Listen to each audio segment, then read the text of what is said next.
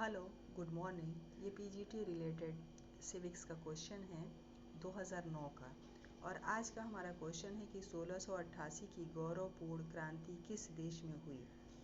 तो first number पे दिया है फ्रांस, सेकंड पे इंग्लैंड, थर्ड पे जर्मनी और फोर्थ पे अमेरिका। तो इसका ऑप्शन नंबर 2 सही है कि 1688 की गौरवपूर्ण क्रांति इंग्लैंड में हुई थी। तो ऑप्शन नंबर 2 पे इंग्लैंड लिखा है, इसलिए हमारा यही आंसर होगा, इंग्लैंड। 1688 की गौरवपूर्ण क्रांति इंग्लैंड में हुई थी। इस क्रांति में इंग्लैंड के राजा जेम्स द्वितीय की निरंकुश सत्ता को क्रांति के द्वारा पलट दिया गया था। इस क्रांति के बाद से ही इंग्लैंड में संवैधानिक राजतंत्र की स्थापना हुई। नेक्स्ट क्वेश्चन है कि कर्तव्यों के उचित क्रम निर्धारण का नाम नागरिकता है। नागरिकता की उपयुक्त परिभाषा किसकी है? तो फर्स्ट नंबर पे दिया है विलियम बायड की है, कि अरस्तु की है, कि लास्की की है, कि जे.एस. मिल की है। तो इसका आंसर है विलियम बायड। ऑप्शन नंबर 1 सही है। विलियम बायड ने कर्तव्यों के उचित क्रम में निर्धारण करने को नागरिकता की संज्ञा दी है। नेक्स्ट क्वेश्चन है कल्याणकारी राज्य का उद्देश्य है आर्थिक सुरक्षा की व्यवस्था, सामाजिक सुरक्षा की व्यवस्था, राजनीतिक सुरक्षा की व्यवस्था, कि इनमें से सभी। तो इसका ऑप्शन नंबर 4 होगा कि इनमें से सभी कल्याणकारी राज्य का उद्देश्य है। तो आधुनिक काल में कल्याणकारी राज्य की अवधारणा का उदय इंग्लैंड में बेवरिज रिपोर्ट के आने के बाद हुआ था। कल्याणकारी राज्य के उद्देश्य हैं आर्थिक सुरक्षा की व्यवस्था, सामाजिक सुरक्षा, राजनीतिक सुरक्षा। नेक्स्ट क्वेश्चन है कि जनसंख्या में वृद्धि सामाजिक विकास की किस बाधा में आती है? आर्थिक बाधा में, सामाजिक बाधा में, अंतर्राष्ट्रीय बाधा में, प्रशासनिक बाधा में। तो इसका ऑप्शन नंबर 2 सही है, सामाजिक बाधा में। जनसंख्या वृद्धि की समस्या एक ऐसी समस्या है जो अनेक समस्याओं के जन्म का कारण है। सामाजिक विकास के लिए यह सामाजिक बाधा के रूप में सामने आती है। नेक्स्ट क्वेश्चन है लोक प्रशासन का संबंध किससे है? राजनीति से है, अर्थशास्त्र से है, मनोविज्ञान से है, कि इनमें से सभी से है। तो इसका ऑप्शन नंबर 4 सही है कि इनमें से सभी से है। लोक प्रशासन का संबंध राजनीति से भी है, अर्थशास्त्र से भी है, मनोविज्ञान से भी है। तो इसका आंसर होगा ऑप्शन नंबर 4। लोक प्रशासन एक नवीन विषय है जिसका संबंध अनेक विषय से है। राजनीति, अर्थशास्त्र तथा मनोविज्ञान लोक प्रशासन से गहराई से जुड़े हुए हैं। नेक्स्ट क्वेश्चन है कि पोस्ट कार्ड दृष्टिकोण की आलोचना निम्न में से किसने की?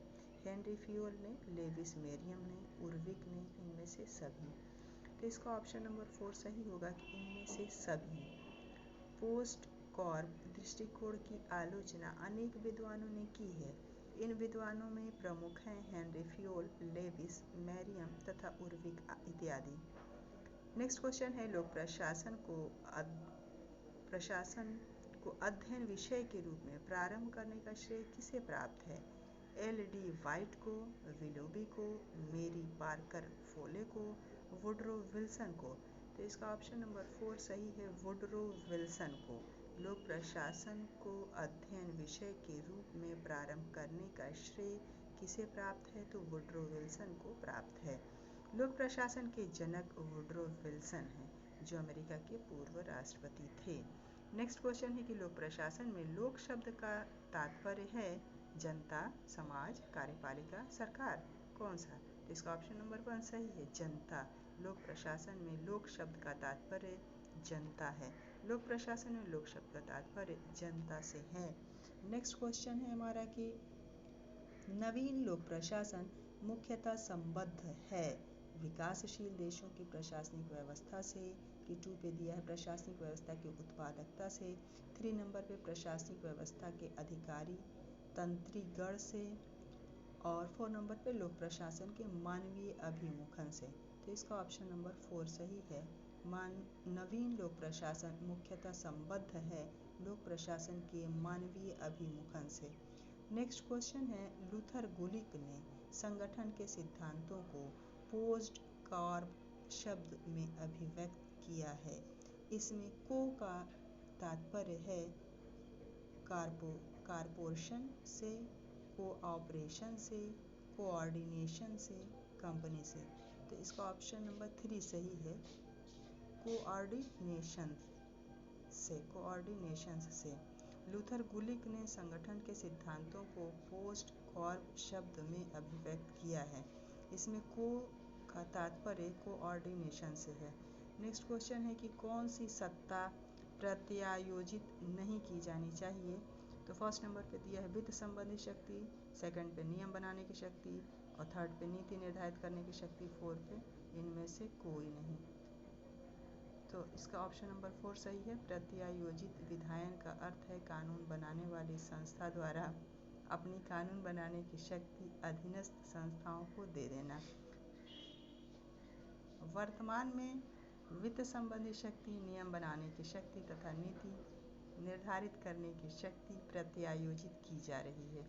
नेक्स्ट क्वेश्चन है कि भारतीय संसद बजट के लेखा परीक्षण पर अपनी किस समिति द्वारा नियंत्रण रखती है। तो इसका ऑप्शन नंबर 1 सही है, लोक लेखा समिति के द्वारा।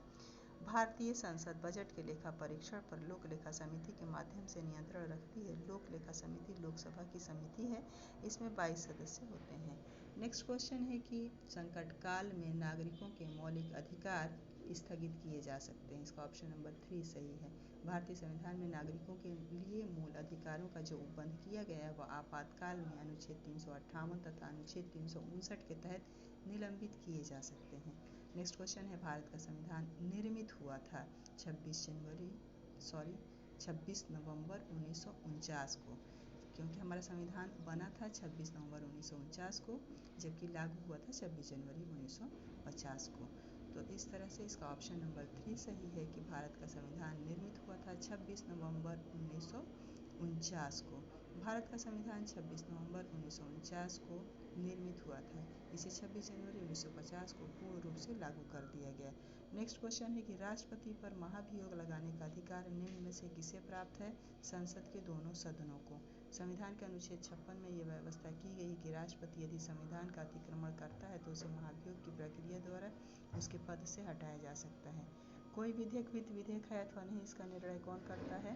तो इसका निर्णय लोकसभा अध्यक्ष करता है। संविधान के अनुच्छेद 109 तथा अनुच्छेद 110 धन विधेयक से संबंधित है। कोई विधेयक धन विधेयक है या नहीं, इसका निर्णय लोकसभा का अध्यक्ष करता है।